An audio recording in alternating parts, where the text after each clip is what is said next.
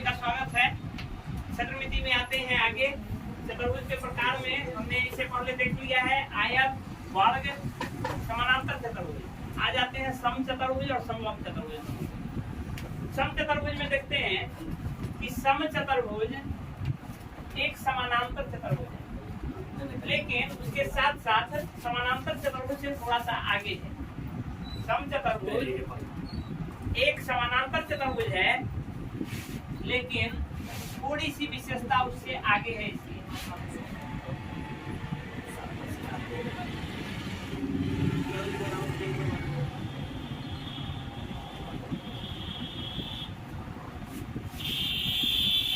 जैसे आपने देखा था आयत और वर्ग में, आयत और वर्ग में जो अंतर था वही अंतर यहाँ भी।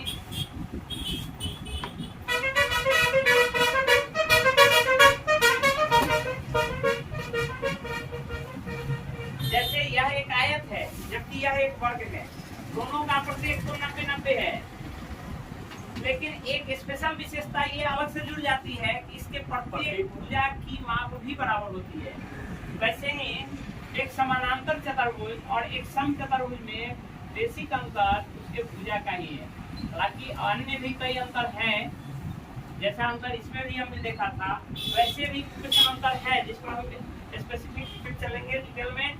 सबसे पहले आप यह जानिए कि सम चतुर्भुज एक समानांतर चतुर्भुज है, लेकिन इसमें केवल हम कहे थे कि अपोजिट साइड्स इक्वल लेंथ के होंगे, लेकिन इसमें क्या है, ऑल साइड्स इक्वल लेंथ के होंगे। क्योंकि यह एक समानांतर चतुर्भुज है, सम चतुर्भुज एक समानांतर चतुर्भुज भी है, इसलिए इसके आमने सामने की भुजा बराबर होगी। और केवल ये इसके बराबर ही नहीं, ये इसके बराबर, ये इसके बराबर, यानी चारों आपस में बराबर होंगी। साथ ही ये इसके पैरेलल होंगी, ये इसके पैरेलल होंगी। आमने सामने का कोण बराबर होगा। एक जगह का एक ही साइड पर बना दोनों कोण जो होगा उसका सम 180 होगा। ये सारा का सारा कोण, ये सारा का सारा कोण आपका समानांतर चतुर्भुज का ये फॉलो करेगा। बस स्पेशल इसमें ये जुड़ जाएगा कि इसकी सारी भुजाएं बराबर होंगी। उसके अलावे थोड़ा सा उससे कुछ और गुण एक्स्ट्रा आता है, वो हम केवल लिखते हैं। इसकी सभी भुजाओं की लंबाई समान होगी।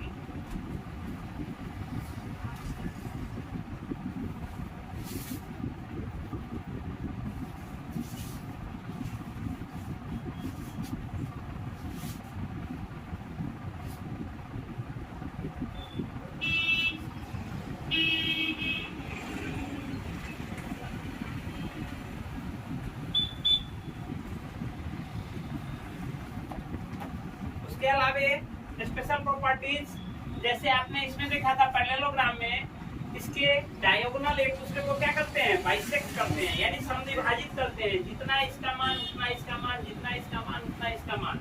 इसमें पैरेललोग्राम में तो हमने कहा था कि पैरेललोग्राम का सारा गुण ये फॉलो करता है, इसलिए वो सारा गुण तो इसमें होगा ही। एक स्पेशल गुण यहाँ ये होता है इसका कि इसके डायगोनल एक दूसरे को 90 डिग्री पर काटते हैं। ये इसका एक विशेष गुण है। यह गुण पैरेललोग्राम में नहीं है, इसमें यह 90 पर नहीं काटेगा, लेकिन इसमें इसके विकर्ण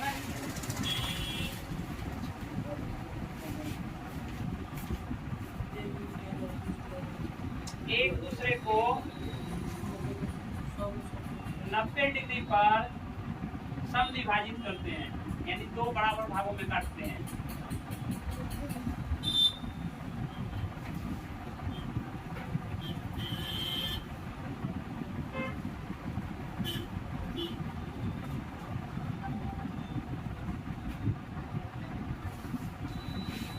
उसके बाद इसके दोनों विकर्णों की लंबाई बराबर होती है।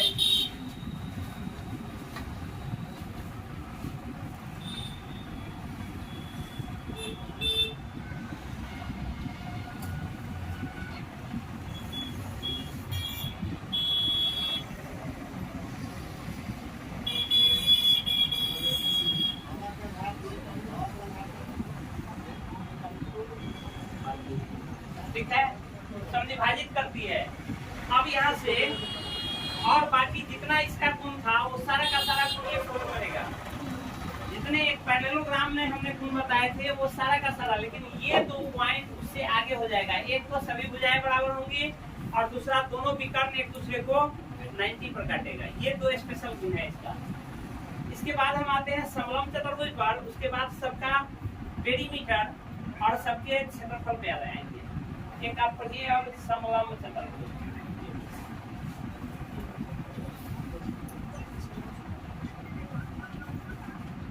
समलंब चतुर्भुज, समलंब चतुर्भुज में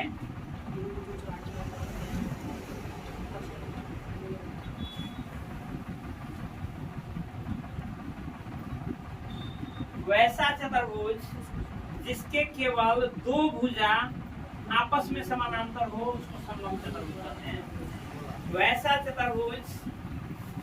चतुर्भुज जिसमें केवल एक युग्म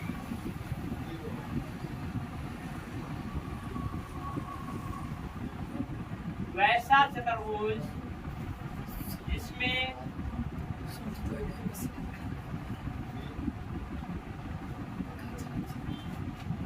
केवल एक जोड़ी भुजा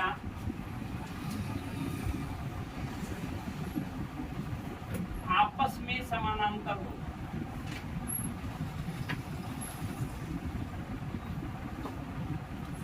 समलंब चतुर्भुज कहलाती है।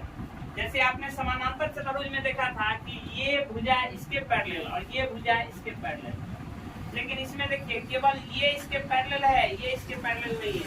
तो देखने से भी क्लियर है, एक भुजा दूसरे भुजा के पैरेलल है जबकि तीसरा और चौथा आपस में पैरेलल नहीं है।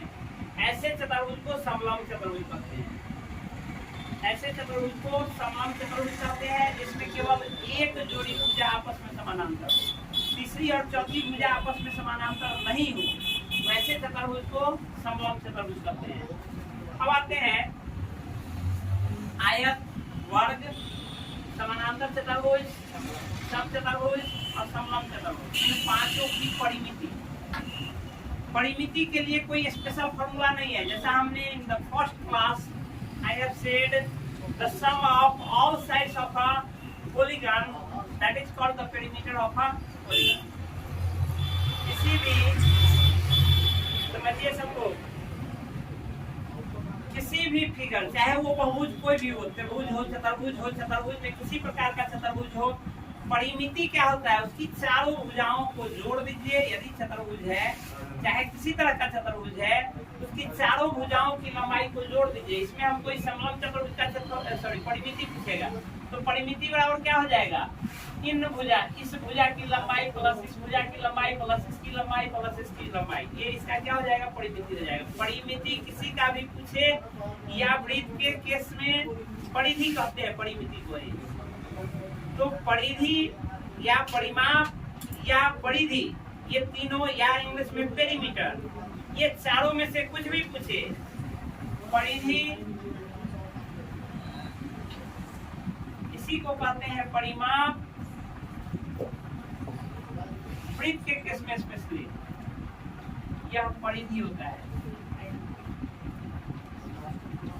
परिमाप या परिमिति, पेरीमीटर,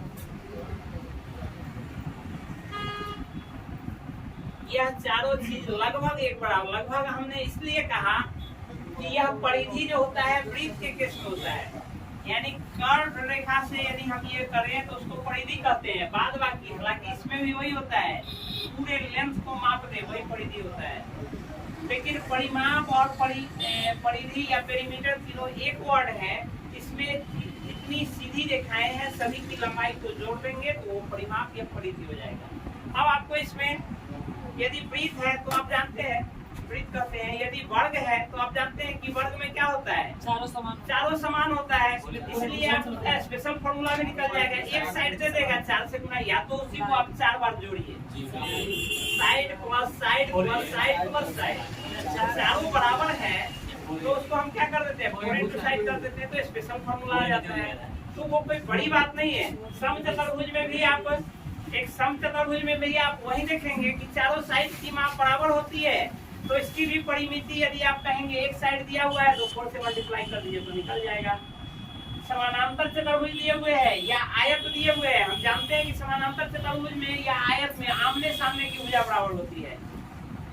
तो चारों को अलग अलग जोड़े l plus b plus l plus b, तो क्या बनेगा 2l प्लस 2b बनेगा।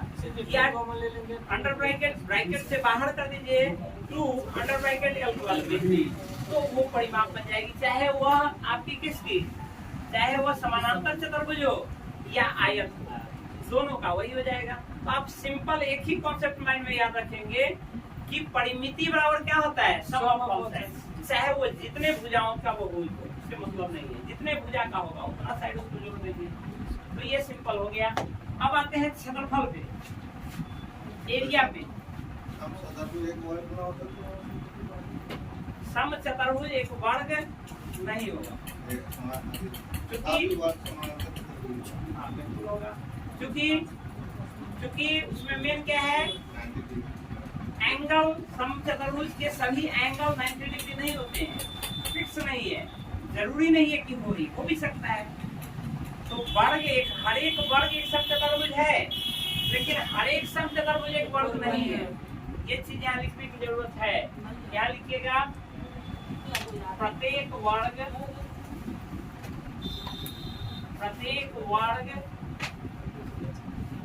एक सम चतुर्भुज,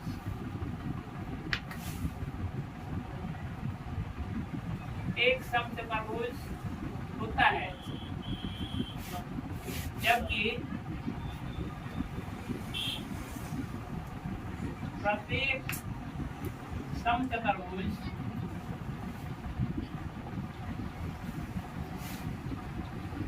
एक वर्ग नहीं हो सकता है।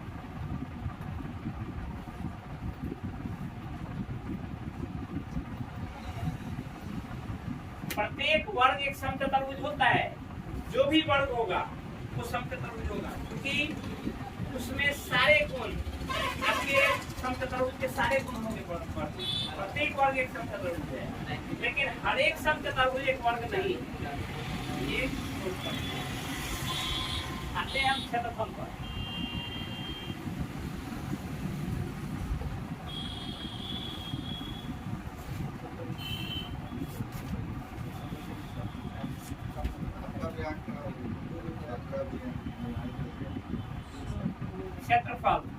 क्षेत्रफल में आइए, सबसे पहले हम आते हैं आयत पे। आयत का क्षेत्रफल इक्वल टू होगा L इंटू बी, लंबाई गुने चौड़ाई, L into b, length into breadth, या इसको कहेंगे लंबाई गुने चौड़ाई, लंबाई गुने चौड़ाई। सेम ये बच्चा, सेम यही चीज आयत का क्षेत्रफल, सेम यही चीज वर्ग के क्षेत्रफल में भी, वर्ग का क्षेत्रफल भी हम देखते हैं कि अभी क्या है, ये एक वर्ग है, इसमें भी एक लंबाई होगा एक चौड़ाई होगा। ये लंबाई है तो ये चौड़ाई है, ये लंबाई है तो ये चौड़ाई है, कोई एक लंबाई कोई एक चौड़ाई होगा। लेकिन इसमें स्पेशल प्रॉपर्टी ये होता है कि जितना लंबाई उतना ही चौड़ाई, फोर साइड तो इक्वल ही होते हैं, तो जितने लंबाई उतने चौड़ाई। तो इसको भी आप L इंटू बी कर सकते हैं, गलत नहीं है, L इंटू बी, लेकिन चूंकि दोनों का मान बराबर ही है तो या तो आप B लिख दीजिए या L लिख दीजिए, नहीं चल रहा है, या तो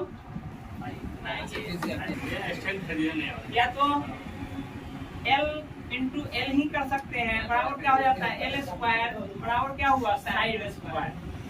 सिंपल, आप न लेंथ न ब्रेड्थ कुछ नहीं कहिए, साइड कहिए, सीधे साइड का स्क्वायर कर देंगे, वो क्या हो जाएगा वर्ग का क्षेत्रफल हो जाएगा।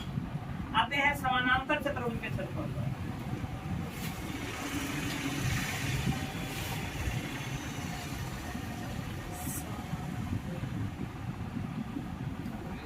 समानांतर चतुर्भुज का क्षेत्रफल बराबर, जैसे यहाँ ये समानांतर चतुर्भुज है,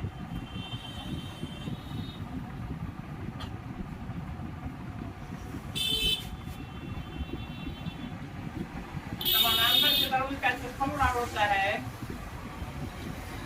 लंबाई गुने चौड़ाई L इंटू बी। लेकिन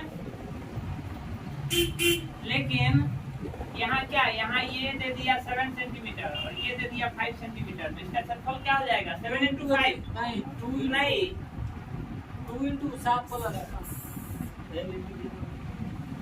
यहाँ आधार गुणे ऊंचाई इसको आप कह सकते हैं। यदि किसी एक भुजा को हम आधार लेंगे, लंबाई और चौड़ाई सीधी 90 डिग्री पर होगा, उसी को लंबाई चौड़ाई कहेंगे। यहाँ ये लंबाई चौड़ाई नहीं है, क्योंकि ये क्या है, तिरछी भुजा है। यदि 90 डिग्री पर यहाँ ये साइड हमको 90 डिग्री पर पता रहता तो उसको हम क्या कहते, उसको हम लंबाई चौड़ाई कह सकते थे, या लंबाई चौड़ाई कहेंगे भी तो इस केस में इसका क्या हो जाएगा, आधार और गुणे ऊंचाई। ऊंचाई आप जानते हैं हमेशा, इसलिए यह अप्रासंगिक हो जाता है लंबाई गुणे चौड़ाई, हालांकि है वही चीज, लेकिन आधार गुणे ऊंचाई यानी 90 डिग्री एंगल बनाते हुए, जिसको बेस हम मानेंगे, उस पर 90 डिग्री एंगल बनाते हुए जो ऊपर जाएगा साइड, वो ऊंचाई होगा, न कि ये ऊंचाई। ये तो त्रियक ऊंचाई हो गया, वो ऊंचाई नहीं होगा। इसलिए आप है वही चीज लंबाई गुणे चौड़ाई, लेकिन सीधी ऊंचाई जो होगी, ऊंचाई इसलिए यहाँ कहते हैं क्योंकि इसकी भुजा सीधी नहीं है। आयत में या वर्ग में हमने सीधे लंबाई गुणे चौड़ाई इसलिए कर दिया क्योंकि उसका हर एक एंगल 90 डिग्री है, लेकिन यहाँ एंगल 90 डिग्री नहीं है, इसलिए लंबाई गुणे चौड़ाई हम न लिख के यहाँ आधार गुणे ऊंचाई लिखेंगे।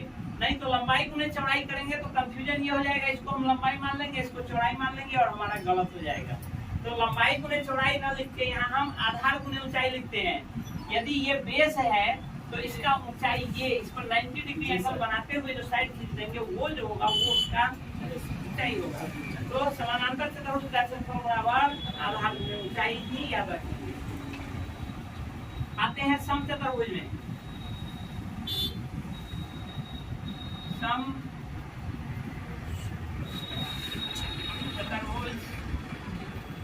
का क्षेत्रफल बराबर, क्योंकि समचतुर्भुज क्या है, एक समानांतर चतुर्भुज ही है, इसलिए इस फॉर्मूला का यूज करते हुए हम इजीली बना ही सकते हैं उसका क्षेत्रफल। समचतुर्भुज क्या है, एक समानांतर चतुर्भुज है। प्रत्येक समचतुर्भुज एक समानांतर चतुर्भुज है, लेकिन प्रत्येक समानांतर चतुर्भुज एक समचतुर्भुज नहीं है, क्योंकि उसके भुजा की लंबाई डिफरेंट हो जाती है। लेकिन एक प्रत्येक समचतुर्भुज एक समानांतर चतुर्भुज है, ये याद रखिएगा। तो इस फॉर्मूला का यूज करते हुए भी हम इसका क्षेत्रफल निकाल सकते हैं। एक स्पेशल फॉर्मूला भी यहाँ आ जाता है, एक स्पेशल फॉर्मूला आ जाता है 1/2 इंटू विकर्णों का गुणनफल।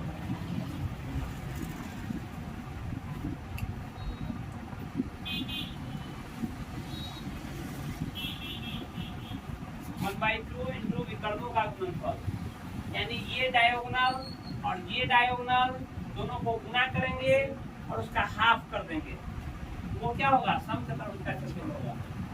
और लास्ट है आपका समलंब चतुर्भुज का क्षेत्रफल।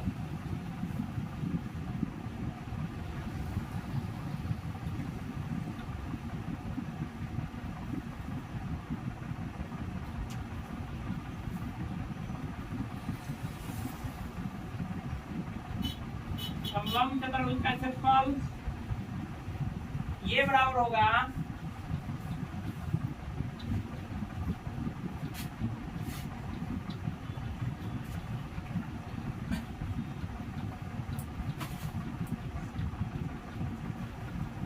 समांतर भुजाओं का योग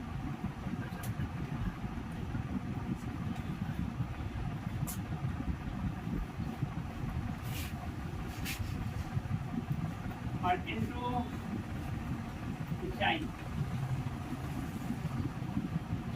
इसमें जो दो पैरेलल साइड्स हैं, ये दोनों, उन दोनों को जोड़ के उसका हाफ करके और साथ में इस हाइट से, हाइट इसका ये नहीं है, ये नहीं है, हमने कहा कि हाइट जो होता है वो 90 डिग्री एंगल बनाते हुए जो होता है वही हाइट होता है। तो समांतर भुजाओं का योग इंटू ऊंचाई, इसका हाफ कर दीजिए, इंटू ऊंचाई कर दीजिए, वो आपका क्या हो जाएगा, समलंब चतुर्भुज का क्षेत्रफल हो जाएगा। तो चतुर्भुज जितने प्रकार के चतुर्भुज है, चतुर्भुज के सभी प्रकार का गुण आपने पढ़ा। गुण याद रखना जरूरी है। क्लिष्ट में यदि जाता है, यदि टफेस्ट क्वेश्चन होगा तो इसी में फंसाएगा। क्या एक समानांतर चतुर्भुज एक समचतुर्भुज है? क्या सभी समानांतर चतुर्भुज एक समचतुर्भुज है? क्या सभी वर्ग एक समचतुर्भुज है? क्या सभी आयत एक समानांतर चतुर्भुज है? क्या समलंब चतुर्भुज एक समानांतर चतुर्भुज हो सकता है? क्या सभी आयत एक वर्ग है? क्या सभी वर्ग एक आयत है? ये क्वेश्चन ये उसके गुण से है और ये डीपेस्ट क्वेश्चन माना जाता है। इसमें यदि आपका क्लियर कॉन्सेप्ट होगा तो तभी आप उसको पकड़ पाएंगे, नहीं तो थोड़ा सा होगा वो गलत हो जाएगा। और जनरल जो फॉर्मूला के आधार पर है, पेरीमीटर तो आप जानते ही हैं कि सभी के साइड को जोड़ दीजिए, पेरीमीटर होगा और सारे का क्षेत्रफल का यहाँ फॉर्मूला है, उसके आधार पर क्षेत्रफल निकलेगा। आप एक चीज ध्यान देंगे, पेरीमीटर जब भी होगा तो सिंपल फॉर्म में होगा। पेरीमीटर का जब भी निकलेगा तो पेरीमीटर सिंगल यूनिट में निकलेगा और क्षेत्रफल जब भी होगा वो स्क्वायर यूनिट में निकलेगा। क्योंकि यहाँ देखिए हर जगह दो का गुना हो रहा है, विकर्णों का गुणनफल। एक विकर्ण की लंबाई मीटर में, दूसरे की मीटर में, मीटर गुने मीटर, मीटर स्क्वायर। या देखिए समानांतर भुजाओं का योग, समानांतर भुजा ये है मीटर प्लस मीटर, यहाँ क्या योग है तो मीटर प्लस मीटर कितना, मीटर प्लस मीटर बराबर मीटर स्क्वायर होता है। बिल्कुल गलत। मीटर प्लस मीटर बराबर मीटर ही होगा, स्क्वायर नहीं होगा। लेकिन उसके साथ गुना कर रहे हैं किससे, ऊंचाई से, तो ऊंचाई अब metre into metre, metre square हो गया। यहाँ देखिए आधार गुने ऊंचाई, आधार होगा मीटर या सेंटीमीटर या मिलीमीटर, डेकामीटर, हेक्टोमीटर किसी में भी, और फिर गुने वही चीज, तो क्या हो जाएगा उसका स्क्वायर हो जाएगा। साइड स्क्वायर यानी मीटर गुने मीटर, मीटर स्क्वायर, लंबाई गुने चौड़ाई, मीटर गुने मीटर, मीटर स्क्वायर। क्षेत्रफल जब भी होगा यूनिट भी उसका क्या होगा, स्क्वायर यूनिट में होगा। और पेरीमीटर जब भी होगा, क्योंकि पेरीमीटर में सम ऑफ बोथ साइड करते हैं, जोड़ करते हैं, तो वहाँ तो चार साइड को जोड़ते हैं, तब मीटर 4 हो जाना चाहिए था। योग में वही सेम रह जाता है, पावर नहीं होता है, गुना में केवल उसका पावर हो जाता है। इसलिए पेरीमीटर जब भी होगा वो सिंगल यूनिट में होगा और साथ में क्षेत्रफल जब भी होगा स्क्वायर में होगा। उसी तरह से हम नेक्स्ट थ्री डायमेंशनल फिगर आएंगे, उसमें एक चीज और जुट जाएगा, मोटाई से जुटेगा, तो उसमें 3 साइड हमेशा गुना होंगे। अभी 2 साइड, क्षेत्रफल में देखो जहां भी है 2 साइड गुना हो रहा है, वहाँ 3 चीज गुना होगा आपस में। तो उसका जो वॉल्यूम जो होता है, आयतन जिसको कहते हैं, आयतन जब भी निकालेंगे वो यूनिट क्या होगा, क्यूब में होगा, यूनिट क्यूब में होगा वो आयतन। चलिए नेक्स्ट क्लास में हम फिर आएंगे, आगे देखेंगे थर्ड डायमेंशनल फिगर्स में। तब तक के लिए